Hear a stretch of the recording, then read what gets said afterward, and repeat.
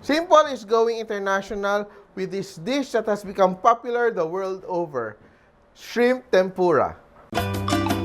Simpol, luto na,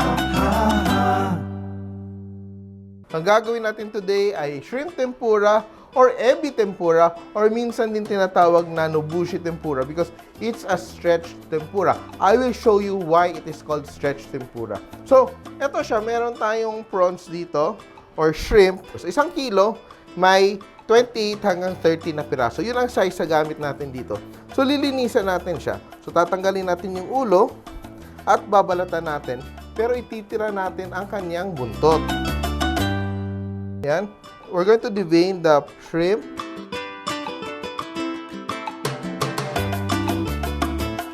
And with a knife, we make slits. No? We're going to cut the base of the shrimp and stretch. No? So, that's why it's also called stretched. No? Then we just clean the tails by scraping para malinis and to remove also the excess liquid. So, when we drop it in the hot oil, hindi siya tatalsik masyado. Okay, so we have our shrimps ready here. So we just put our chopping board aside.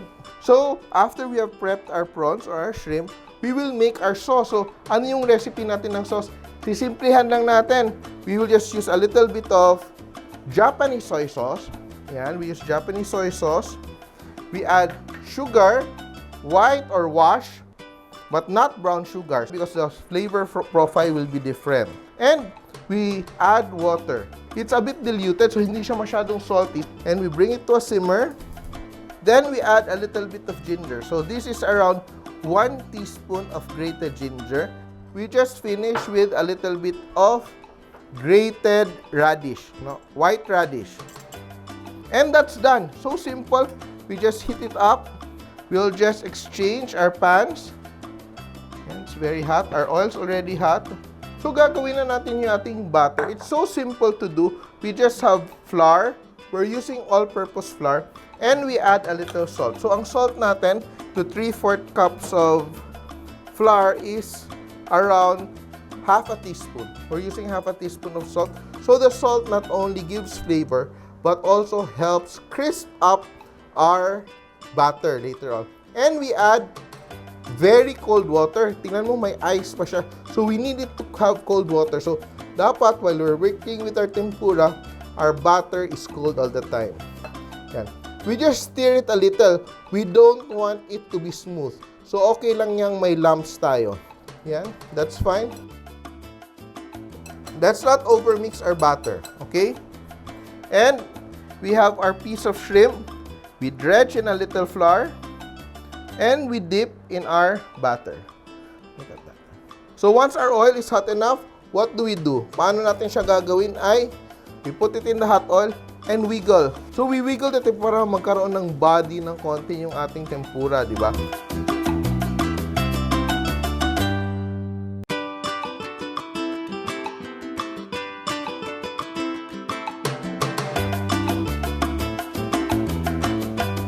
And look at that. Once it reaches a nice color, blonde, we don't want it golden. You want it blonde, just put it aside. Yan. And also, we always use an oil now with a high burning temperature. So, that's why now I'm using canola oil. But you can also use soya oil. Soya oil is also very ideal for frying food, especially things like tempura. So, if we have extra batter, what do?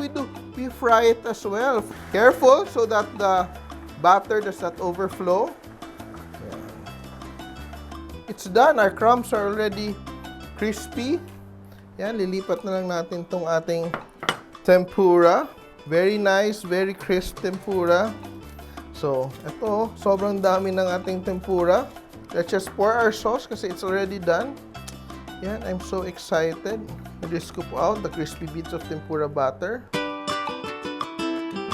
Sobra iba talaga yung quality ng fresh shrimp na ginawang tempura. Kasi a lot of the shrimp na ginagamit sa mga restaurants are yung frozen processed shrimp.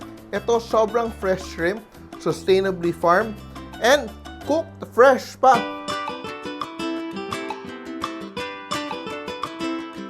Here it is, our ebi tempura, Simpol! Nagustuhan niyo ba ang video na to?